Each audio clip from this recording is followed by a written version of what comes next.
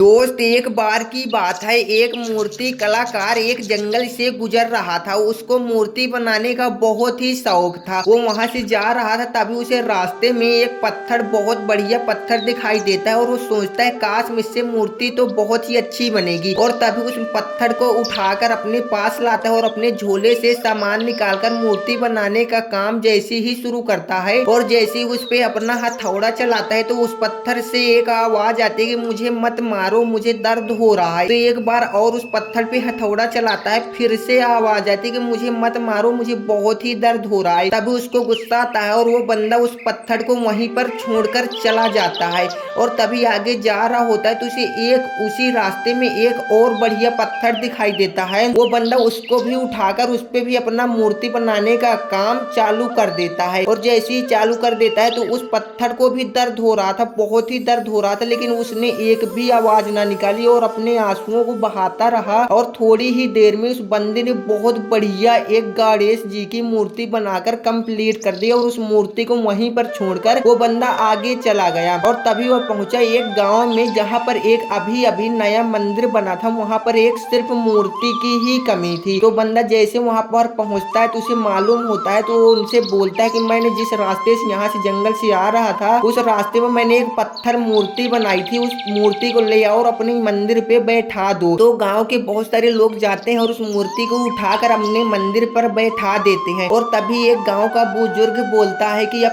तो मूर्ति तो आ गई, चलो ठीक है, लेकिन अब नारियल फोड़ने के लिए एक और बड़ा सा पत्थर होना चाहिए। तभी वह मूर्ति कलाकार बोलता है कि उससे आगे और थोड़ा सा जाओगे तो एक पत्थर तुम्हें और मिलेगा जो नारियल फोड़ने के लिए परफेक्ट है। तो कुछ लोग जाते हैं और उस पत्थर को लेकर भी आ जाते हैं और उस मंदिर के सामने ही बैठा देते हैं। तो वहां पर एक दिन पत्थर और मूर्ति रात में आपस में बात कर रहे होते हैं कि क्या यार, तेरी जिंदगी तो मजे में गुजर रही है। तभी लोग तेरी पूजा करते हैं और खाने में तरह तरह के पकवान और मिठाइयाँ लाते हैं। तभी वह भगवान बनी मूर्ति बोलता है कि जिस दिन तुझे मूर्ति कलाकार ने तुझे ही पहले मूर्ति बनाने के लिए लाया था, अगर तू उस दिन उस दर्द को सहन कर गया होता तो आज मेरी जगह में तू होता और तेरी जगह में मैं होता। तो इसको पूरी देखने के बाद आपकी जिंदगी में एक चेंजेस तो आ ही जाएगा। जो कड़ी तप और संघर्ष और मेहनत अभी कर लेगा तो सारी जिंदगी अपनी सुख में बिताएगा, लेकिन जो सोच लेगा कि अभी नहीं, चलो बाद में कर लेंगे, बहुत सारी जिंदगी पड़ी है, इतनी जिंदगी में करते रहेंगे काम, तो वो सारी जिंदगी सुख नहीं रह पाएंगे भाई। वो